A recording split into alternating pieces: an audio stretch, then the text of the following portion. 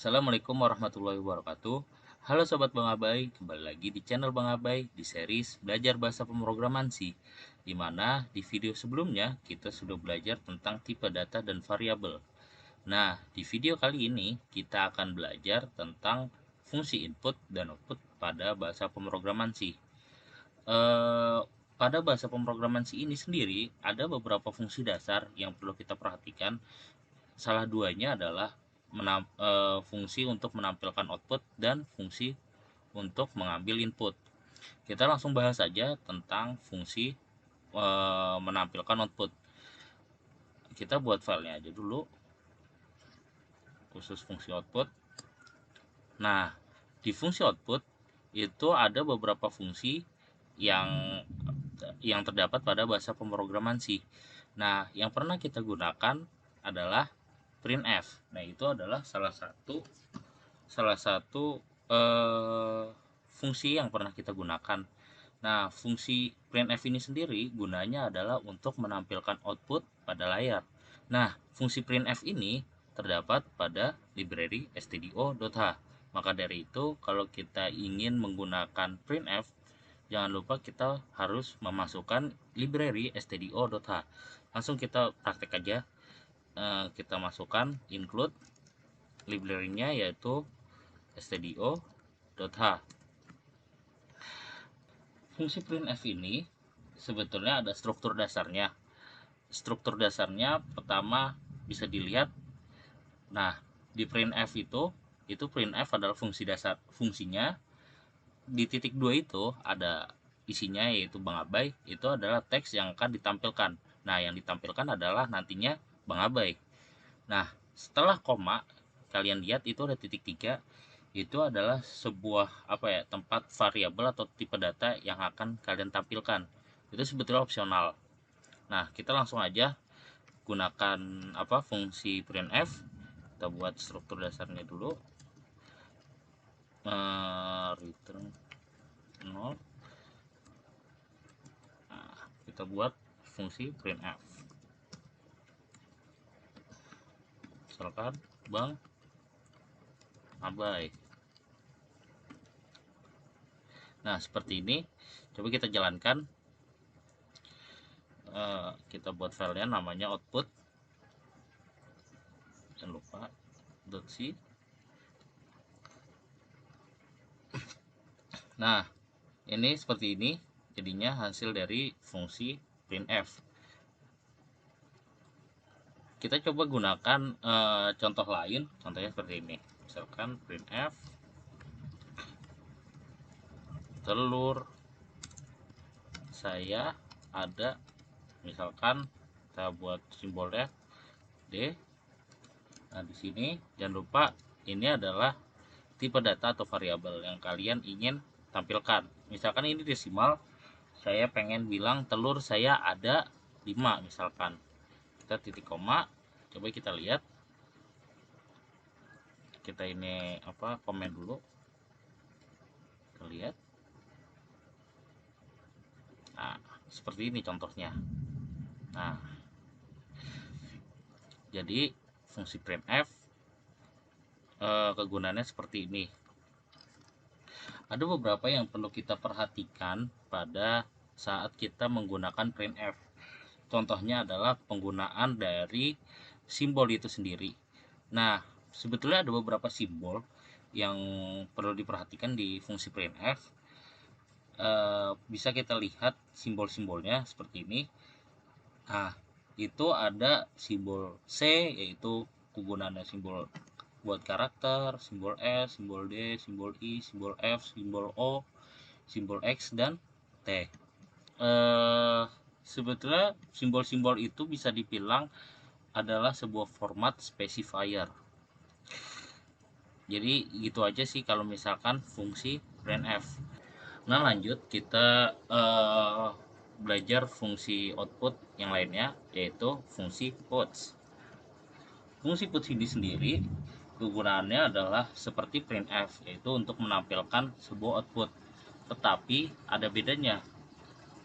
Fungsi puts ini gunanya untuk menampilkan teks saja. Jadi nggak ada namanya untuk menampilkan desimal dan sebagainya.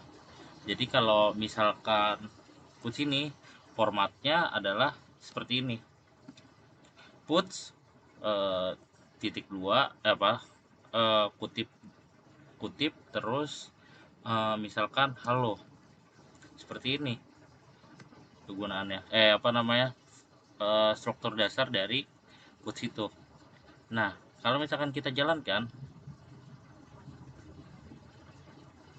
nah seperti ini. Oke, kalau ada yang nanya fungsi manakah yang harus kita pakai, jawabannya pasti tergantung. Kenapa tergantung? Kalau misalkan kalian butuh namanya desimal atau masukin variabel dan tipe data, kalau misalkan kalian butuh itu, jadi kalian harus menggunakan printf. Tapi kalau misalkan kalian hanya teks doang, ya kalian gunakan puts. Nah, satu lagi perbedaan puts dan printf yang mungkin saya lupa kasih tahu. Jadi kalau misalkan kalian menggunakan printf itu kalian barisnya jadi satu kalau misalkan kalian tidak menggunakan simbol n. Jadi hasilnya seperti ini. Bisa kita lihat. Nah, ini adalah contoh dari printf. Kalau misalkan kalian nggak pakai simbol n, bedanya sama put, misalkan langsung kita copy aja, bedanya bisa terlihat. Nah, seperti ini. Jadi pada saat dia menggunakan fungsi misalkan dua fungsi, jadi itu tanpa menggunakan simbol dia sudah membedakan barisnya satu sama lainnya. Jadi seperti itu. Oke, dari fungsi output di bahasa pemrograman C ini aja. Kita lanjut ke fungsi input. Kita langsung buat aja file inputnya. Kita new source file. Di fungsi input ini sendiri di bahasa pemrograman itu ada beberapa. Pertama yang akan kita bahas adalah fungsi scanf. Di fungsi scanf ini gunanya adalah mengambil input dari apa yang kita ketikkan di keyboard. Struktur dasarnya bisa kita lihat. Pertama ada scanf yaitu fungsinya, lalu sebelahnya itu ada simbol S yaitu string, yaitu formatannya. Dan kalau misalkan kalian lihat itu ada lambang dan itu, nah simbol dan itu. Nah, di simbol dan itu gunanya untuk mengambil alamat memori dari variabel. Jadi kalau misalkan setelah dan itu pasti adalah sebuah variabelnya.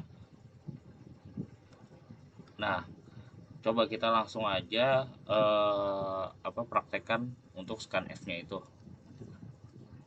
Pertama, karena fungsi scanf ini sama dengan printf dan ini puts dengan ini ya benar dengan puts ya ada di library stdio.h.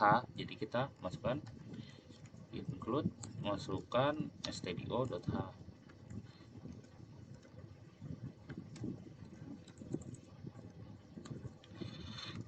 main seperti biasa. Lalu kita buat variabelnya name dengan jumlah karakternya 20. Ini jadinya sebetulnya string. Kalau karakter itu kan satu. Nah, kalau charnya banyak itu adalah bentuknya string, tipe data string. Nah, kita buat aja dulu variabelnya itu 2, nama terus name terus address aja lah, misalkan 40. Maksudnya dari 20 ini karakter name-nya itu maksimal 20 karakter, sama dengan address berarti maksimal 40. Langsung kita buat lagi aja printf. Jadi kayak masukkan nama Anda gitu, misalkan printf terus masukkan nama Anda, misalkan seperti ini.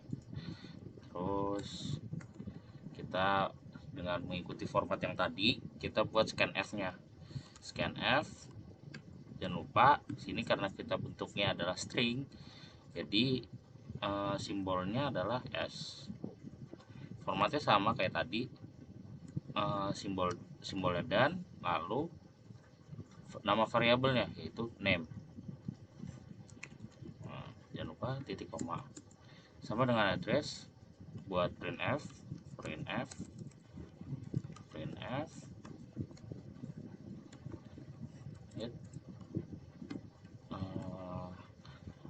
masukkan alamat Anda.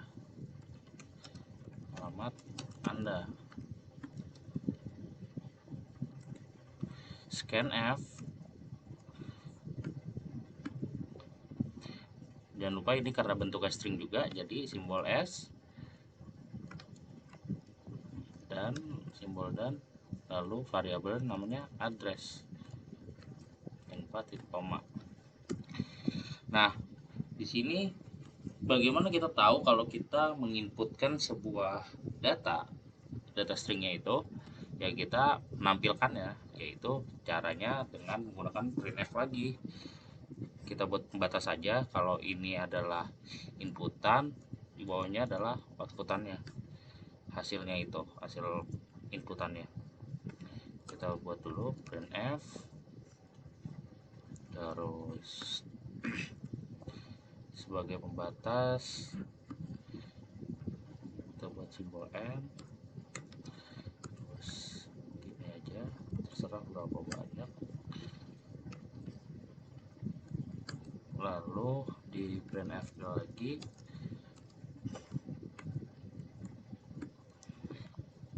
Kalau misalkan kalian lihat itu kan pertama nama, berarti nama aja dulu.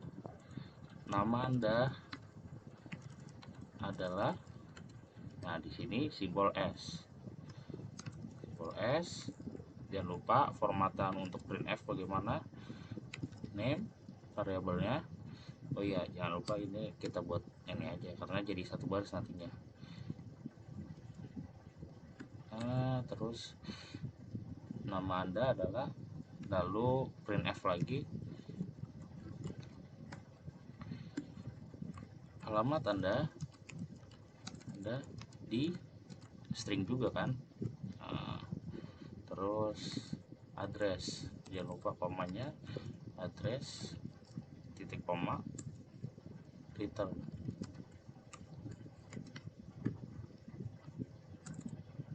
Coba kita jalankan. Oh, disimpan dulu input dengan nama input, terus tipenya .c, kita jalankan. Nah, seperti ini. Masukkan nama Anda, lihat nama Anda misalkan Abai, terus alamat Anda Depok. Nah, lihat hasilnya, nama Anda adalah Abai, alamat Anda di Depok.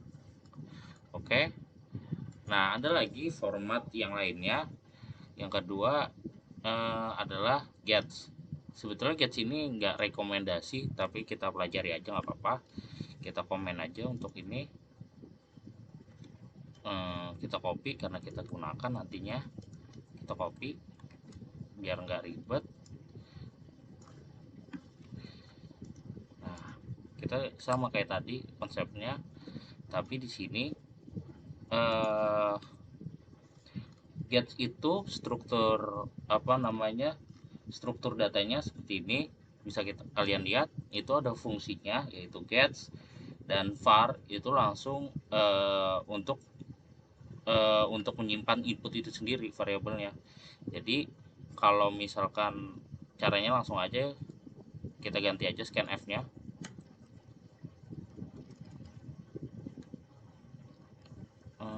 Gets berarti variabelnya adalah name titik koma. Nah, di sini terus gets variabelnya adalah address titik koma. Lebih simpel tapi tidak direkomendasikan karena dengan suatu alasan. Coba kita lihat dulu hasilnya. Nah, nama Anda adalah by, alamat Anda Depok. Nah, seperti ini. Kok bisa sama? Ya sama aja sih. Cuma ini nggak disarankan. Kalau misalkan kalian mau lihat alasan saya kenapa tidak menyarankan, bisa dilihat di link di deskripsi di bawah video ini. Nah, ada sebetulnya kayak Gets juga tapi lebih aman, yaitu Fgets. Ini kita komen lagi aja. Ini buat Gets. Kita kasih tanda aja. Di sini adalah scanf, fungsi scanf. Lalu di sini fungsi gets. Kita copy aja dulu. Untuk ini yang terakhir, fungsi buat inputan yaitu adalah fgets.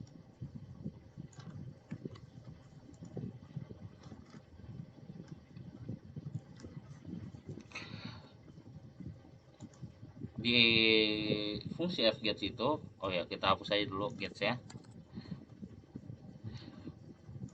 Di fungsi fgets itu bisa kita lihat struktur dasarnya sebagai berikut. Nah, kalau misalkan kalian lihat itu ada pertama fungsi ya kan, fgets, terus var itu variabelnya. Nah, itu ada size-nya, itu size itu adalah ukuran buffer, dan stdin itu adalah sumber input. Kita langsung aja praktekkan untuk fgets-nya itu sendiri. Pertama kita ikutin fgets. Nah, terus variabelnya name, koma, di sini ukuran buffernya yaitu size of, mengikuti dari variabelnya size of, misalkan size of nama name. Terus di sini adalah sumber inputnya.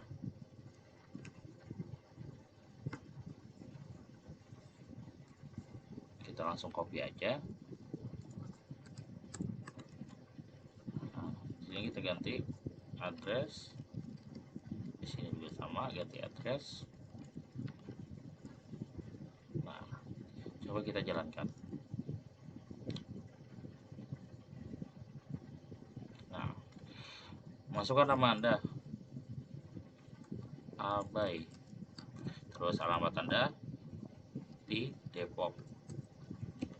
Nama Anda adalah Abai, alamat Anda di Depok. Seperti ini untuk fungsi inputnya. Oke, gitu aja untuk pembahasan fungsi input dan output. Terima kasih atas perhatian kalian. Wassalamualaikum warahmatullahi wabarakatuh. Bye bye.